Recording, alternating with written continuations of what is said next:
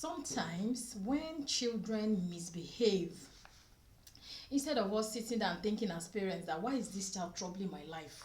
Did they actually send this child to me? Instead of us making it about ourselves, we may need to stop, pause, and really look at it from the child's angle. Especially if the child has actually been behaving normally and suddenly there are certain changes in the child.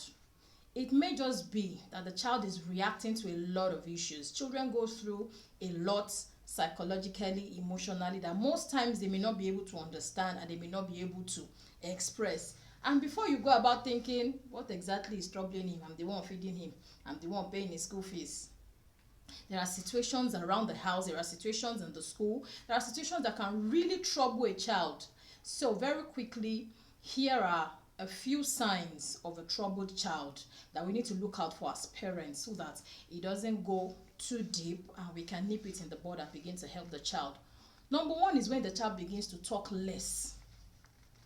You have a child that the mouth is always ta, ta, ta, ta, ta, ta, ta, ta, or the normal way children talk, they are curious, they ask questions, and then suddenly the child is beginning to talk less and less and less and is uninterested in things going on around. Things that are going on, is not making any contribution. Even when there's a TV program going on, he's just there, he's not talking, or he's not talking as much as he used to talk. That could be a signal, it could be a red flag. When children begin to talk less than normal, is a red flag that parents need to pay attention to. Number fact is when they see others in pain, especially bullies, that's why they say a bully needs more help than the person he is bullying, because he's only reacting to certain issues, certain challenges that he's going through, and he wants you to either feel as much pain as he is feeling, or he's happy when you are in pain. That's why you see certain children in school, they will take their pen.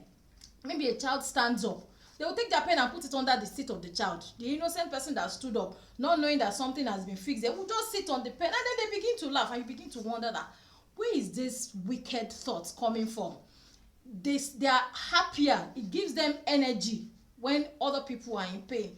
When you see a child or your child begins to display such tendencies, they always want their younger ones, they are always happy to taunt their younger ones, they are always happy to beat them, take their things, just making them cry.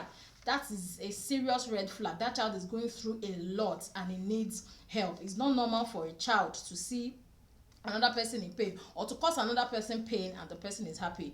Number 3 is when they are persistently sad. You see some children, are you hungry? Are you in pain? Did anything happen in the house?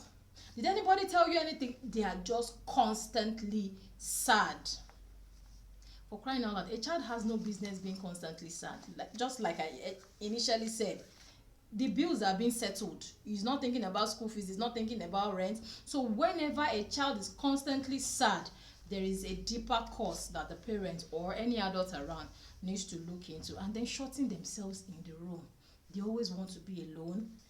You call them out, they are anxious for you to say whatever you want to say on time, so that they go back to their room and then they want to be alone.